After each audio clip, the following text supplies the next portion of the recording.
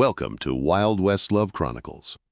The sun was hanging low, bleeding its rust-colored light across the dust-blown streets of Bisby Crossing. It was the kind of town that had long forgotten its dreams, the kind where sweat turned to crust and good men turned mean. Heat shimmered off tin rooftops like ghostly snakes, and the only thing moving faster than the wind was suspicion.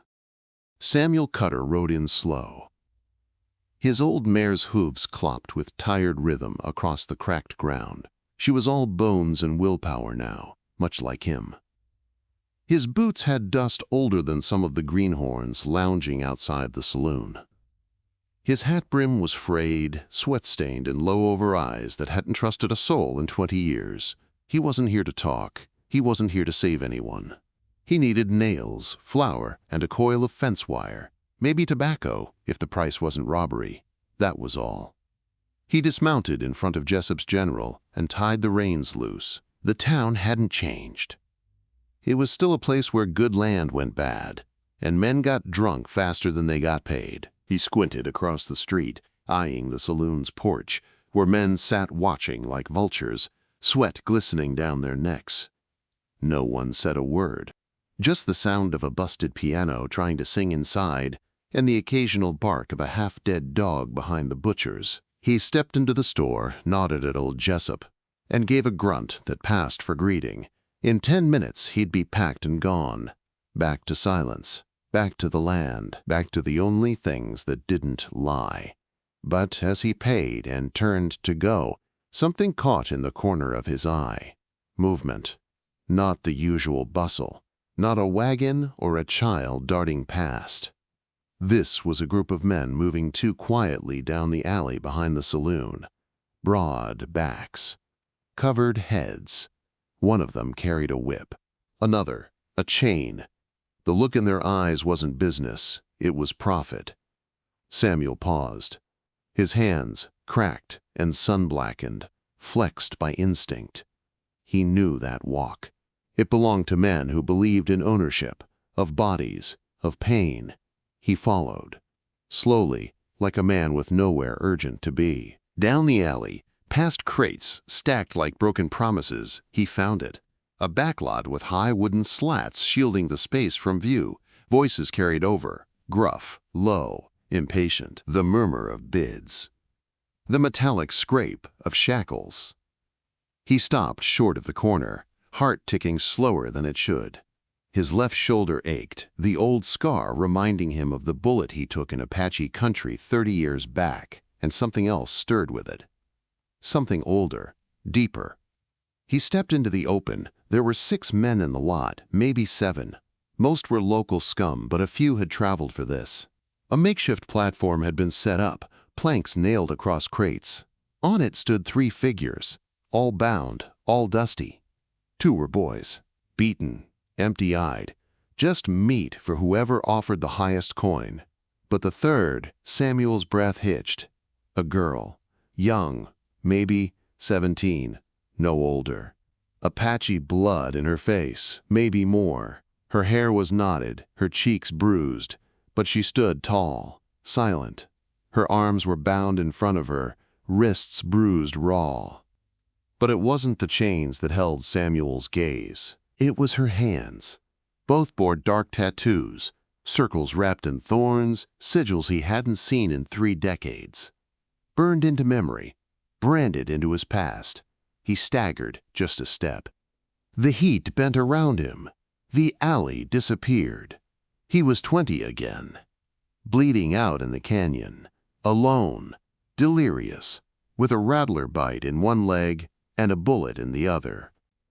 He remembered the smell of sage smoke, a soft chant, a figure no taller than his chest, placing herb-wrapped stones on his chest, hands pressing against his wound. Those same marks, those exact marks, that child had saved him from death, vanished before dawn. He'd never told a soul, and now, here she was again, grown, shackled, silent. The auctioneer called out a price. Men laughed. Someone spat and said she was cursed. Another said she bit like a feral dog. The chain holder yanked her forward, making her stumble. Still, she didn't cry. She didn't beg. Her eyes locked onto something no one else could see. And Samuel Cutter stepped forward, louder than he meant. "Stop!" The word hung in the heat like a gunshot. All heads turned. The auctioneer blinked. "What's that, old man?" "I'll buy her." The crowd snorted. One man chuckled. "You crazy, Cutter? That girl's touched. Ain't spoken a word since they found her. Might be demon-born." Another hissed. "She's got those marks. Ain't natural." "She's not for you," said the chain man. "She's Apache." Samuel stepped closer. His boots crunched gravel. "I said I'll buy her." His voice was hard now, not asking. The chain man frowned. "She ain't worth the leather on your boots." Samuel didn't answer. He unhooked a pouch from his saddle belt, dropped it onto the crate beside them. The jingle of silver made the men pause. It was more than she was worth, more than any of them expected. The auctioneer licked his lips. "Hell, that'll do." He nodded, and the chain holder stepped back. The key turned. Shackles clattered to the dirt. The girl didn't flinch. She just stood there. Samuel stepped forward, hand out. She didn't move. Up close, she was thinner than he expected. Dirt coated her like a second skin. But her eyes, black and bottomless, met his with something he couldn't name. Recognition? No, not quite, but not nothing either. He nodded, slow. "Come on, then." She hesitated, then stepped down from the platform. Her legs nearly gave. Samuel steadied her by the elbow, but she pulled away fast, more like an animal than a girl. He didn't take it personal. Together, they walked past the gawkers, past the sneers and quiet curses, past the man who whispered, "She'll bring ruin to your land." Samuel didn't look back. The mare snorted as he helped her up. She didn't thank him. She didn't speak, just clutched the saddle horn and stared at the horizon like it owed her something. He mounted behind her, slow, tapped his heels. They rode into the dying sun. The town faded behind them like a bad dream. Heat lines shimmered across the flats. Vultures turned above, lazy in their loops. Samuel Cutter didn't speak for miles, but his eyes kept drifting to her hands. The same tattoos. The same child, maybe. Or someone tied to her. Either way, his life had once been bought with those marks. And now, perhaps, he was returning the favor. The sun had slipped beneath the rim of the world by the time Samuel Cutter and the girl reached the edge of his land. The trail there was rough. Barely a suggestion of a path now, overgrown in places, carved out by years of wind and hooves and memory. The old wooden sign that once read Cutter Ranch leaned at a drunk angle, one corner half buried in sand. The letters were barely legible, the paint long peeled by sun and seasons. The girl hadn't spoken a word during the ride, not when he offered her his canteen. Not when the wind picked up and she shivered beneath the ragged cloth slung over her shoulders. Her silence wasn't passive, though. It was deliberate, like she was guarding something too precious to break open. And yet, her gaze never stopped moving, always watching the land, the shadows, the sky. She rode stiff, as if afraid the earth might buck her loose if she let her muscles relax for even a second. Samuel didn't press her. He'd spent too many years talking to horses and fence posts to expect conversation where there was none. But every so often, he'd glance sideways, eyes drawn to the ink that wrapped her wrists. Those dark marks seemed to shimmer in the fading light, not in any magical sense, but like scars that had stories seared too deep for time to fade. They didn't look like ordinary tattoos. No drunken cowboy in a border town had done them. They were ceremonial, old, intentional. The cabin came into view just as the first stars peeked out over the hills. It sat low in the valley, crouched like an animal sleeping in the dirt. A single window glowed faintly from the lantern he'd left burning that morning. The barn beside it sagged from one side. The roof slouched like a tired back. A few chickens scurried beneath the porch, and his old dog, Rufus, gave a lazy bark from under the steps. "Home," he muttered, more to himself than her. She slid off the horse before he could offer help, landed quiet. knees flexed. Wary, her eyes scanned everything: the cabin door, the windows, the trees behind the barn.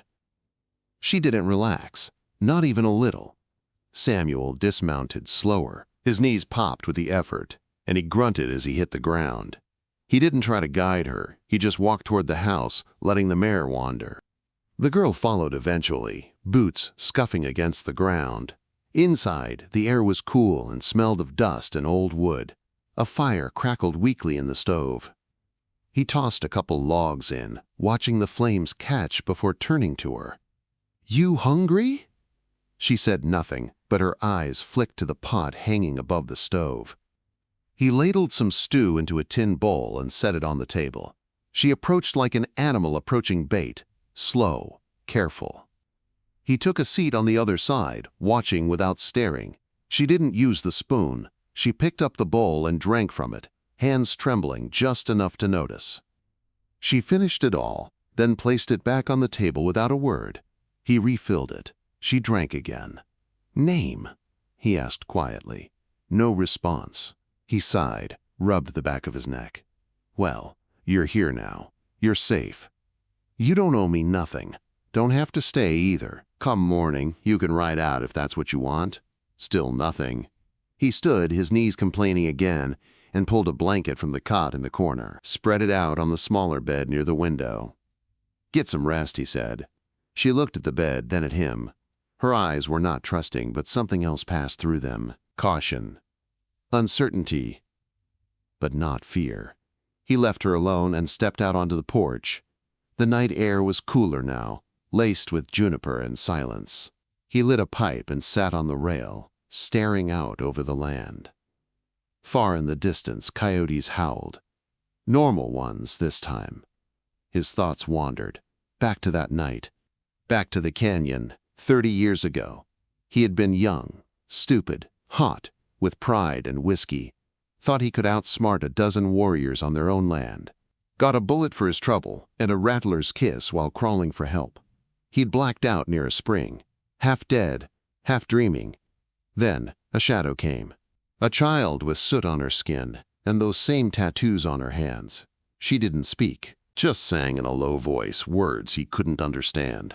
She'd covered his wounds with paste and leaves, cooled his fever with wet cloth, stayed the night without sleeping. When he woke, she was gone. But the pain was gone too. The swelling had faded.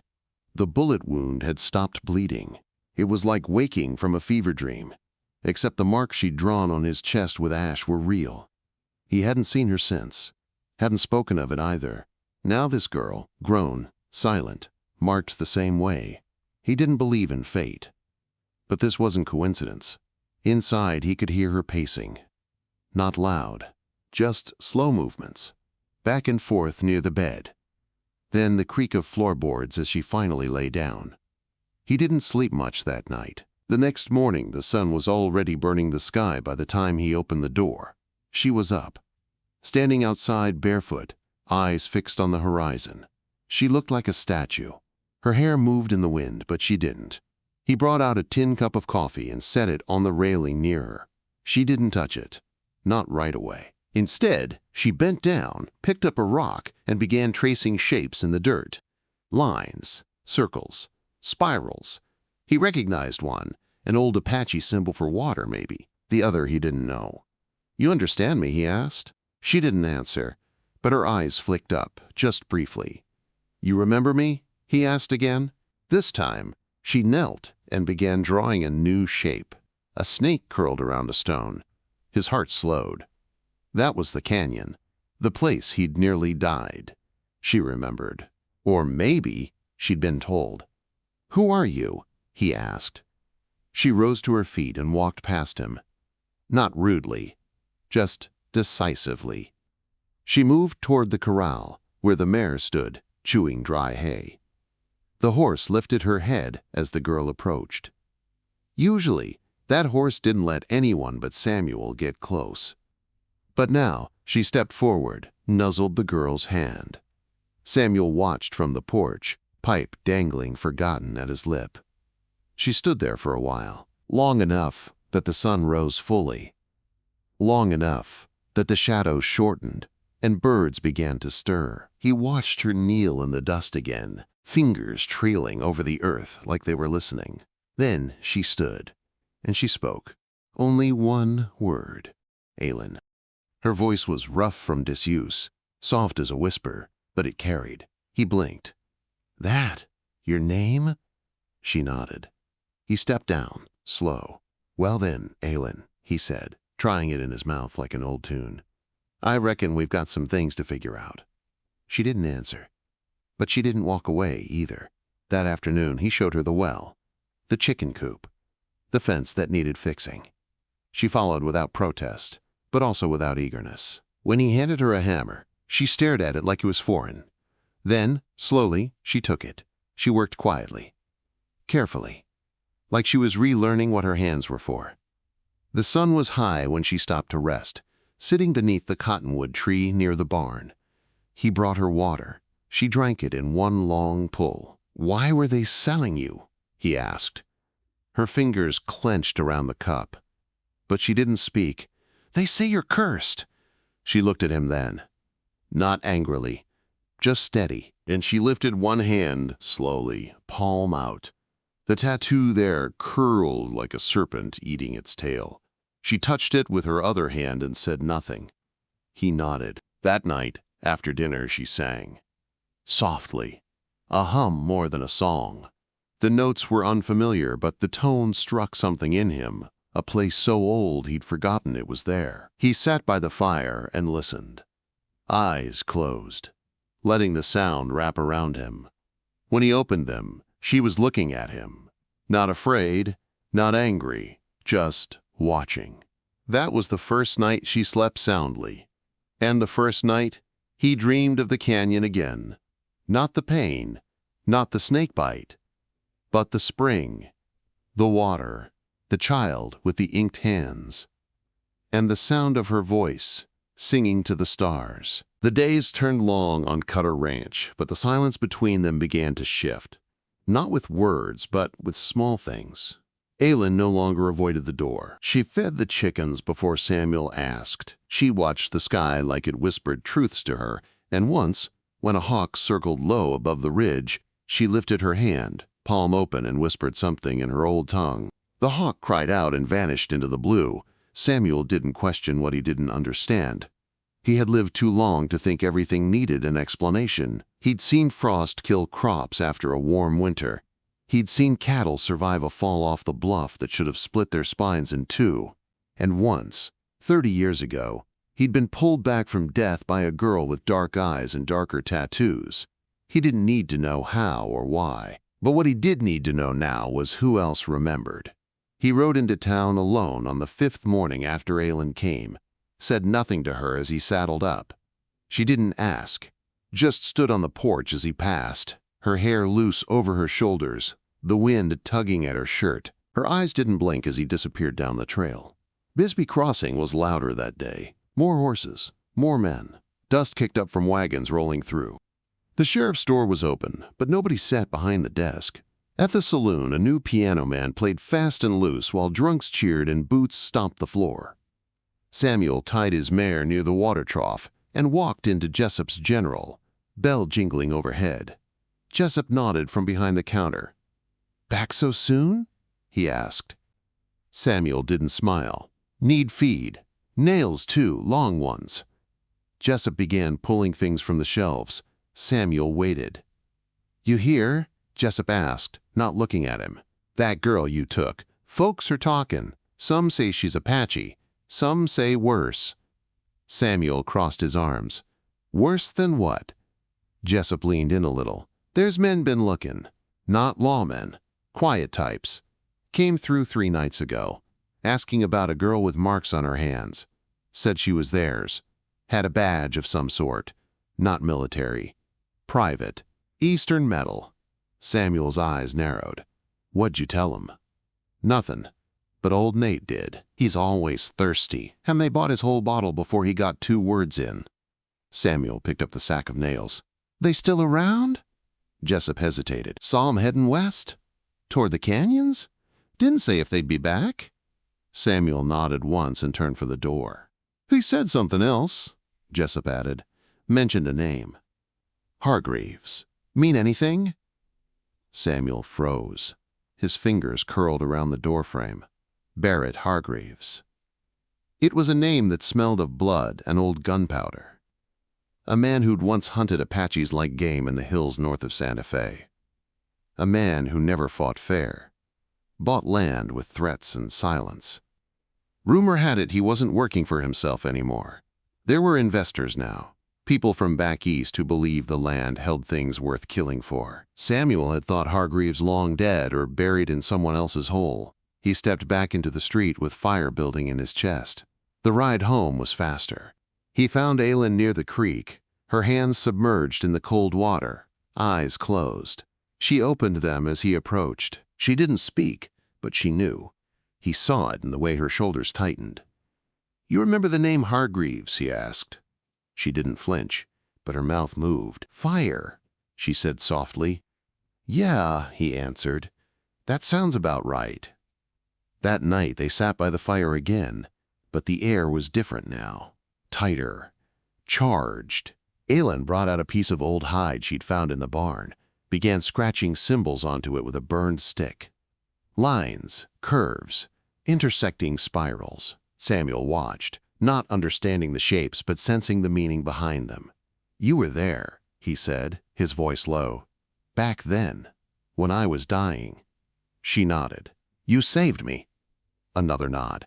"Why?" Aylin looked up. Her eyes held no malice, only memory. "You called," she said. He frowned. "I didn't." But then he stopped. He remembered the fever, the chants he tried to mimic, the prayers his mother whispered before dying in childbirth, the way he'd cried out, not with words, but with everything left in him. "I didn't know anyone heard," he said. Aylin pointed to the symbols on the hide. "Blood remembers," she whispered. The next day, they began preparing. Samuel showed her how to oil the rifles, how to stack logs to form barricades. She watched carefully, mirrored him without question. She had a knife already, curved, hand-carved, the hilt wrapped in deer hide. It had been hidden in her boot the whole time. "Why didn't you use it?" he asked. She glanced up. "Didn't need to." That afternoon, she showed him a path behind the ridge, one he didn't know, even after all his years on the land. It led to a flat spot above the canyon, hidden by brush. She stopped there, pointed to a boulder shaped like a turtle, then moved her hand toward the sun. Samuel followed her gaze. The light struck the cliffside just right, revealing something faint. Marks on the stone, barely visible unless you were looking. "What is it?" Aylin traced the air with her fingers. "Map. To where?" She looked at him and said nothing. That night, she didn't sing. Instead, she placed small stones in a circle outside the cabin and burned sage in the center. The smell curled through the dry air, thick and sharp. Samuel didn't ask. He simply cleaned the rifle again, the same one that had seen 4 wars and more regrets than he cared to name. The wind picked up around midnight. Not wild, but sharp enough to rattle the shutters. He lay awake, staring at the ceiling, the creak of old boards speaking to him like ghosts. He heard Aylin rise. He didn't move. She stepped outside, her bare feet silent. He followed after a moment, watching her from the doorway. She stood in the middle of the stone circle, arms raised, whispering something to the night. A flicker moved across the sky, not lightning, not wind, something older. She looked back at him. "They're coming," she said. He nodded. "I know." The next day, the first scout appeared. Aylin spotted him before Samuel did. A glint on the ridge, just a flash of sunlight against metal. They didn't move. Let him watch. Let him see that they were ready. That night, a raven landed on the porch rail. Aylin fed it corn. It cawed once, then flew off toward the canyon. The day after, Samuel found fresh tracks near the barn. Boots, 5 pairs. He didn't tell Aylin. He didn't need to. She already knew. They worked quietly, setting traps near the fence line, stacking barrels near the window. Samuel pulled out his old duster, the one with bullet holes in the hem, and laid it across the chair. He hadn't worn it in years. The final night before it all broke open, Aylin handed him the piece of hide she'd been drawing on. The symbols were complete now, a map, a story, a warning. He looked at it and saw the canyon, the spring, the fire, the shadow of a man, Barrett, outlined in jagged red ink. "What does it say?" he asked.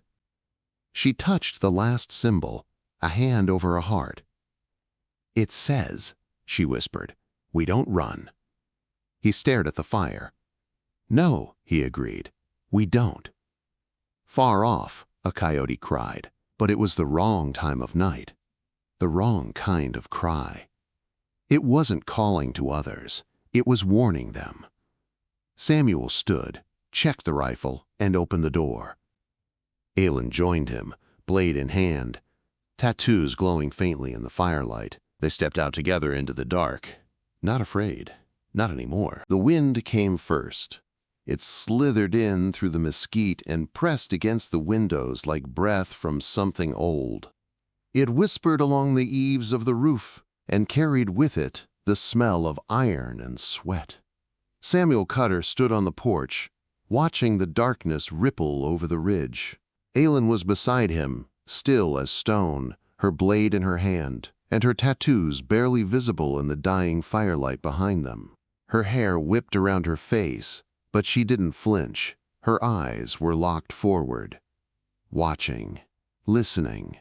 Somewhere out there in the dark were men. Not the kind that rode for honor or coin. These men moved like wolves, paid killers with no mercy in their bones, sent by Barrett Hargreeves. Samuel could feel the weight of it, of what was coming. He had prepared. The rifle was cleaned, the ammunition counted and recounted. The traps were set just beyond the fence, hidden under thin veils of dirt and brush. Barrels of water had been dragged into the house, the livestock freed to run if they needed to. He'd packed 2 bags, one for him, one for Aylin, not because he planned to run, but because life had taught him that sometimes living meant knowing how to retreat. Aylin hadn't asked him to do any of it. She'd simply followed, shadow and breath, wordless and deliberate. There was no fear in her, no nerves. It was like she had waited for this her entire life. Like she'd already walked through this storm once before. The first shot cracked through the air like a split bone. Samuel reacted instantly, stepping in front of Aylin as the bullet shattered the window to their left. Glass sprayed inward. The lantern fell and rolled across the floor, its flame still burning. Aylin moved without sound, dousing the light with her boot, plunging the cabin into darkness. Another shot rang out, then another. They were testing them, finding angles. Samuel ducked inside and crawled low to the back wall, peeking through the cracked boards. He spotted movement, 2 men circling toward the barn, their shadows stretched wide across the sand. One carried a torch. The firelight danced on the edges of a long gun. Aylin was already moving. He tried to speak, to stop her, but she was gone, slipping out the side door like smoke. He cursed under his breath and moved to cover the front. From the barn came a flash of flame, then smoke. The dry hay inside caught fast. Within seconds, the whole thing glowed like a second sun, illuminating the night in flickers of orange and black. Samuel lifted the rifle, waited for breath, then squeezed the trigger. The man with the torch dropped before he could raise alarm, crumpling silently into the dirt. The second man froze, turned too slow, and Samuel put a second bullet through his thigh. He screamed, loud and ragged, before falling behind a fence post. From the ridge came a call, sharp, high-pitched, a signal. Then everything went quiet, too quiet. Samuel stepped outside, feeling the heat of the burning barn against his skin. He scanned the edges of the property, the flames making every shadow flicker and warp. "Come out, Hargreeves," he called, his voice hoarse. "You want her. You come yourself." No answer. But then he heard it. Boots. Many of them. From the tree line emerged 5 figures, each armed, faces covered with cloth, rifles drawn. Behind them, a sixth man came walking like he owned the stars. Tall, broad, clean-shaven.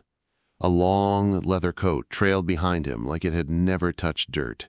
Barrett Hargreeves. "You always did know how to make a mess of things, Cutter," he said, voice calm, as if greeting a neighbor. Samuel raised the rifle.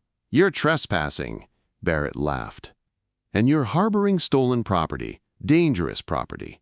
You think you know what she is? You don't. She's not just some wild girl with ink on her hands. She's a key, my key." "She's a person," Samuel growled. Barrett's eyes narrowed. "She's an asset, and she belongs to me." A scream cut the air behind them. One of the armed men fell, clutching his chest, blood pouring from between his fingers. Another turned, only to find Aylin behind him, her blade already moving. She moved with terrifying precision, a flash of steel and shadow. Another body dropped. Barrett roared, stepping back, drawing his pistol. "Shoot her! Kill them both!" Gunfire erupted. Samuel dropped low and returned fire, hitting one in the shoulder, another in the neck. Chaos exploded under the burning barn's light. Screams, dust, bullets cracking through the air like thunder. Aylin fought like she'd never been chained, like every step was a memory, every strike a vow. She ducked, rolled, vanished into smoke, and appeared behind her enemies before they could turn. One man fired blindly, but the bullet caught his own ally in the back. Barrett ran. Samuel saw him, sprinting toward the ridge trail, shouting for his horse. "Aylin!" he shouted. She heard. She turned. Her eyes met Samuel's. He nodded once. She took off after Barrett. Samuel limped after them both, his leg bleeding from a graze, but adrenaline pushing him forward. The trail climbed quickly, winding into narrow rock passages as the moon climbed overhead. Barrett's shouts echoed through the canyon. Aylin was faster. She caught him at the narrow ledge overlooking the gorge. He spun, gun raised. She didn't flinch. "Don't!" Samuel barked from behind. Barrett aimed. Aylin moved first. She knocked his wrist with her blade, spun behind him, and kicked him to the edge. He stumbled, teetered. The earth beneath his boots cracked. "No!" he bellowed, but the canyon answered with silence. The ground gave way. Barrett tumbled, arms flailing, vanishing into the gorge with a scream that ended in a sudden, deafening stop. Aylin stood on the edge, chest heaving. Samuel reached her a moment later. They stared down together. The gorge stretched below them, deep, red, and quiet, but something moved in the dark. A glow, faint, blue, shimmering like water under moonlight. Aylin stepped forward. "No," Samuel warned. "Wait." But she didn't listen. She climbed down the narrow ridge path, her bare feet silent on the stone. Samuel followed slower, careful, blood trailing behind him. As they descended, the glow grew brighter, pulsing with every heartbeat. At the bottom, they found it, a spring. Hidden within the rock, untouched, pristine, the water glowed faintly, casting ripples of light across the stone walls. Aylin stepped into it, her tattoos shimmering, glowing in unison. Samuel dropped to his knees. His wound burned. Aylin reached for him, placed her hands over the blood. The pain faded. The skin mended. He looked at her in awe. "You're one of them," he whispered. She shook her head. "I'm the last," she said. Behind them, the wind shifted. The earth rumbled softly. Aylin turned, eyes distant, as if hearing voices no one else could. "They're gone," she said. "My people, my sister, all of them. But this is still here." Samuel stood, swaying. "What now?" Aylin looked at him. "We guard it." A single tear slipped down her cheek. Samuel took her hand. They climbed back out of the canyon as the fire died on the ridge, and the dawn began to rise.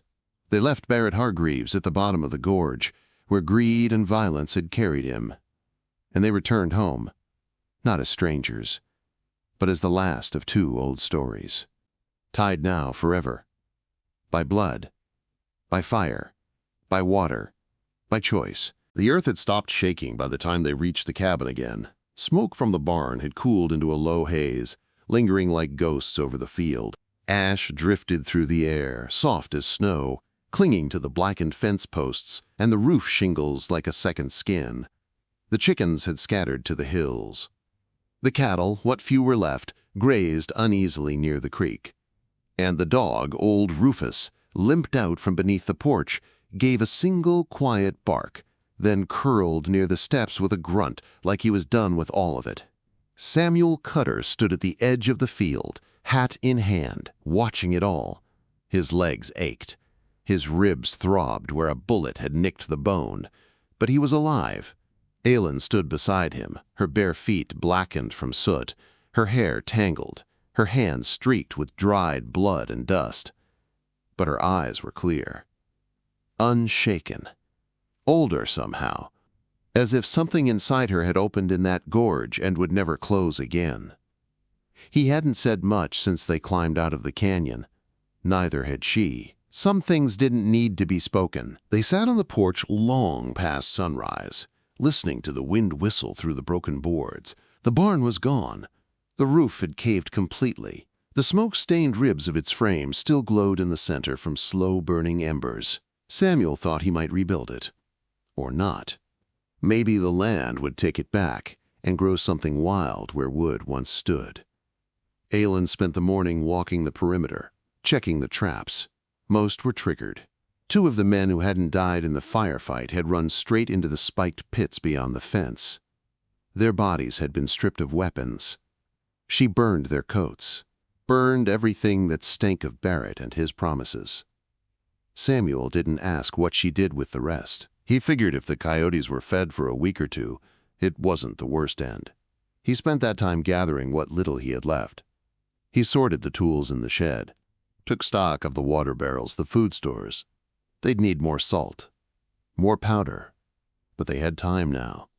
They had quiet. That evening, Aylin sat on the porch with a piece of coal, drawing symbols on the side of the cabin. Her strokes were slow, rhythmic, protective circles, warding lines. Some were familiar, old tribal designs that Samuel had seen carved into canyon walls as a younger man. Others were new, or older than memory. He didn't interrupt. He just watched. When she finished, she turned to him. "It's sealed now," she said softly. He nodded. "You sure?" "Yes." He didn't ask what would happen if it wasn't. He didn't want to know. That night, the stars came out without clouds. For the first time in a long time, Samuel slept without waking. No dreams, no sounds in the dark, just the steady breath of the desert and the weight of peace. Aylin woke before him, already down by the creek, her reflection bending across the rippling water. He joined her with 2 tin cups of coffee. She took one without looking at him, sipped, then set it on a rock and began humming. Low and slow, the kind of tune that made the trees still themselves just to listen. "I never thanked you," Samuel said. She glanced at him. "For saving me," he continued. "Back then and now." Aylin shrugged, just a lift of one shoulder. "You remembered." "I did." She traced her finger through the dirt. "Most forget." He took a long breath, staring at the horizon. "I won't. I couldn't." Aylin looked at him for a long time, as if measuring the truth behind the words. Then she stood, brushed off her hands, and turned toward the trail. "Where are you going?" he asked. She pointed. "Up the ridge. There's something I want to show you." He followed. They climbed the path slowly, careful not to step where the edge had crumbled. Birds circled overhead, their wings stretched wide. The air smelled cleaner here, free from smoke, full of sage and pine. They reached a flat ledge overlooking the gorge. Below, the spring glimmered faintly, even in daylight. Aylin knelt and cleared away some leaves and sand. Beneath, carved into the stone, were markings, rows of them, names maybe, or stories. "My sister," she said. "She was meant to guard it with me, but they took her, long ago, Before I could remember her voice, "I'm sorry," Samuel said. Aelin touched one of the carvings. "Her name is here. All of them are. Everyone who kept the water safe. Now I am the last." Samuel crouched beside her. "You don't have to do it alone." She looked up. "I mean it," he said. "You stay here, I'll stay too. Keep the land. Grow it back." Her eyes softened. "You already stayed." They sat there a long while, watching the wind dance over the water. It whispered against the stones like a story waiting to be told. Below, the spring shimmered, its current steady, ancient. Samuel didn't know if it was magic, or something older than magic. He only knew it healed, and it called to her. Back at the cabin, they began rebuilding. Samuel tore down the last of the burned rafters and dragged new timbers from the woods. Aelin worked beside him, her strength quiet, but sure. They planted new seeds in the tilled earth. Beans, corn, herbs she gathered from the hills. Every evening they sat on the porch and watched the sun fall behind the canyon rim. He told her stories then, about the war, about the men he'd ridden with, the ones who died beside him, the ones who hadn't deserved to die at all. She listened, never interrupting. When he stopped, she sometimes sang, sometimes just watched the stars, and sometimes said things he didn't understand, but which filled the night with meaning anyway. She carved a new staff from a twisted branch, inscribed with the same symbols she'd drawn on the cabin. One day she gave it to him. "Your heart is good," she said. "The land knows it now." He took it without knowing what to say. One afternoon, a rider came from the south. Just a traveler, dust-covered, tired. He asked for water, and they gave it. He asked about the old barn, the strange shapes on the house. Samuel smiled and said, "That's just the way the desert tells stories." The man stayed the night, then rode on. In the months that followed, others came, not many, but enough to notice. Some came sick. Some came broken. Aelin sat with them, whispered, placed her hands over old wounds and told them to drink from the spring. Most left better. All left changed. The ranch grew. The garden bore fruit. The wind felt lighter. Samuel never asked Aelin to stay. She never said she would, but each morning she was there. Each night, her voice echoed in the halls like it had always belonged there. One evening, as autumn crept into the hills, he stood at the fence and watched her walk among the trees, her staff in hand, her silhouette golden in the fading light. The air smelled of cedar and memory. He thought of the man he used to be, the angry, half-dead soul who believed nothing lasted. Then he thought of the girl who stood before a fire without fear, who faced shadows and didn't flinch, who carried her people in her blood and had chosen to share them with him. He walked inside, and for the first time in 30 years he lit the lantern in the front room, not to chase away the dark, but to welcome what came next. Some scars are written in ink, others in memory, but both can lead us home. From blood and fire, from silence and song, Samuel and Aelin found not just survival, but purpose. In a land where nothing is promised and everything is tested, they proved that love, loyalty, and legacy can still rise from the ashes. Their story is not just about what was lost, but what was found. If this story touched your heart and stirred your spirit, don't forget to subscribe to Wild West Love Chronicles, where every tale is filled with grit, emotion, and the timeless magic of the frontier. Saddle up and hit that bell icon so you never miss another unforgettable journey.